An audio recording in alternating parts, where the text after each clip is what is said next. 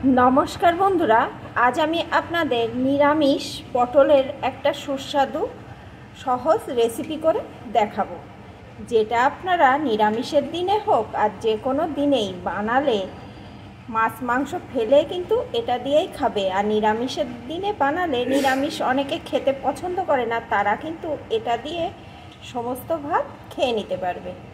তাহলে আসুন বন্ধুরা, আমি এই নিরামিষভাবে এই সুস্বাদু পটল কিভাবে রান্না করি সেটা দেখতে হলে প্লিজ একটা লাইক দিয়ে ভিডিওটি শুরু করুন। রান্নার জন্য কিন্তু আমি আগে থাকতে পটলগুলো কেটে রেখেছি। পটলগুলো খুবই কিন্তু কচি পটল, তাই খোসাটা আমি ফেলিনি। খোসাটাকে আঁচড়ে উপরের যে পাতলা একটা স্তর বা আবরণ থাকে সেটা ফেলে দিয়েছি। মুখ দুই পাশ কেটে নিয়েছি আর মাঝখান বরাবর একটু একটু করে কিন্তু চিড়েও দিয়ে দিয়েছি। এই যে দেখুন, এইভাবে চিড়ে চিড়ে দুই পাশ দিয়ে দিয়েছি, যাতে এর ভিতরে মশলাটা খুব ভালোভাবে ঢুকে যায়। আপনারা চাইলে দুই মাথাটাও চিড়ে নিতে পারেন, তবে এইভাবে চিড়ে দিলে পটলের সমস্ত দিকে মশলাটা ভালো রকমভাবে ঢুকবে। রান্নার জন্য এখানে কড়াইয়ে আমি পরিমাণ মতো সরষের তেল বসিয়ে গরম করে নিয়েছি। এখন কেটে ধুয়ে রাখা পটলগুলোকে এর ভিতরে দিয়ে দেবো।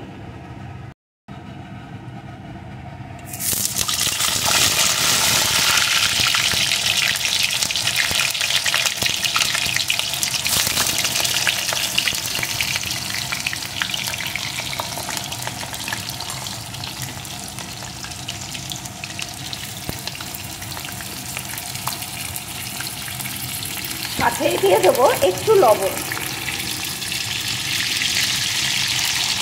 এখন পটলগুলো সুন্দর করে আমি ভেজে নেব। এখন কিন্তু আমি কোনো রকম হলুদের গুঁড়ো বা লঙ্কার গুঁড়ো দেবো না, তাহলে পটলগুলো পুড়ে উঠবে, ভালো ভাজা হবে না। এইভাবে অল্প আছে সুন্দর করে পটলগুলোকে ভেজে নিতে হবে।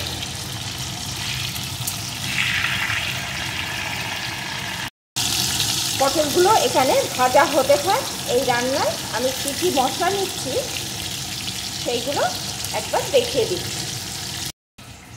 আমি ওখানে 8 পিস পটল নিয়ে নিয়েছি, সেই অনুযায়ী কিন্তু মশলাগুলো দিয়ে দিচ্ছি। এখানে 2 টেবিল চামচ মতো জিরে আদা বাটার পেস্ট আছে। এখানে 5-6টা কাজু বাদামকে বেটে রেখেছি। আর এই রান্নার মেন উপকরণ হচ্ছে এই নারকেলের দুধ।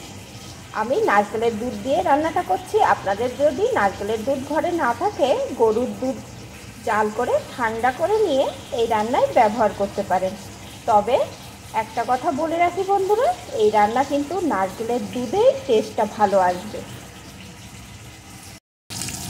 পটলগুলোকে কিন্তু আমি বেশ কিছুক্ষণ ধরে ভেজে নিয়েছি। দেখুন বন্ধুরা, পটলগুলো যেহেতু এইভাবে কেটেছিলাম, ভাজার পরে কত সুন্দর দেখতে লাগছে। আর এই যে দেখুন, দারুণ হয়েছে দেখতে। আর এর ভিতরে কিন্তু এই যেহেতু চারিদিকটা চিড়ে চিড়ে দেওয়া, মশলাটা কিন্তু সুন্দরভাবে ঢুকে যাবে আর পটলটা ভালো রকম সিদ্ধও হয়ে যাবে। এখন পটলগুলোকে আমি একটা পাত্রে নামিয়ে নেব। ভাজা পটলগুলো আমি তুলে নিয়েছি। এখন এই তেলের ভিতরে ফোড়নে দিয়ে দেব কিছুটা গোটা গরম মশলা, একটা শুকনো লঙ্কা, একটু গোটা জিরে। এখন ফোড়নগুলো সুন্দরভাবে ভেজে নেব। ফোড়নটা সুন্দরভাবে এখানে ভাজা হয়ে গেছে। এখন আমি জিরে আদা বাটার পেস্টটা এর ভিতরে দিয়ে দেবো।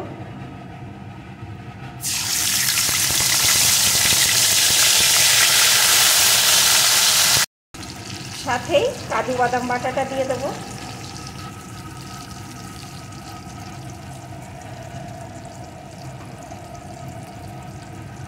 দিয়ে দেবো একটু লঙ্কা গুঁড়ো,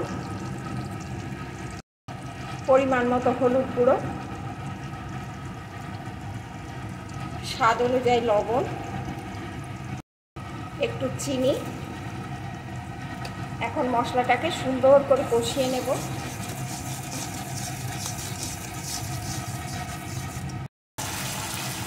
মশলাটা এখানে সুন্দরভাবে আমি কষিয়ে নিয়েছি। এখন এর ভিতরে ভেজে রাখা পটলগুলোকে দিয়ে দেবো।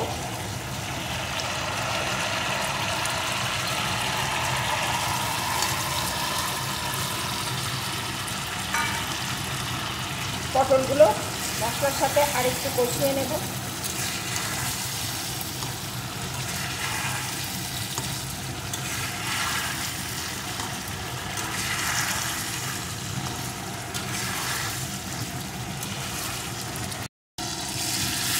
মশলার সাথে পটলগুলো কিন্তু সুন্দরভাবে আমি কষিয়ে নিয়েছি। এখন এর ভিতরে আমি দিয়ে দেবো নারকেলের দুধ।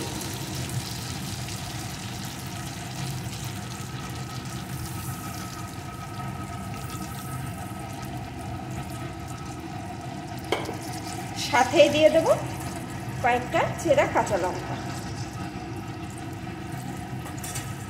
এখন বেশ কিছুক্ষণ রান্না করে নেব।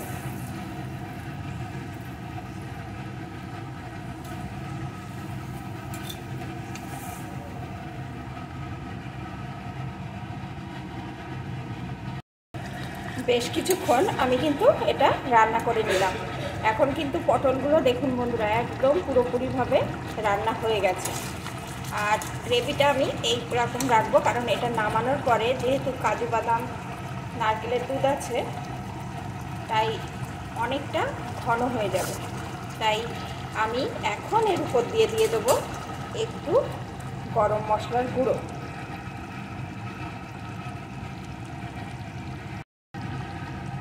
দিয়ে দেব একটু ঘি।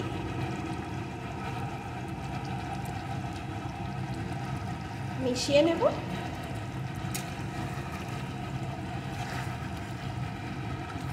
এখন কিন্তু পুরোপুরিভাবে আমার এই পটলের রেসিপিটি রেডি।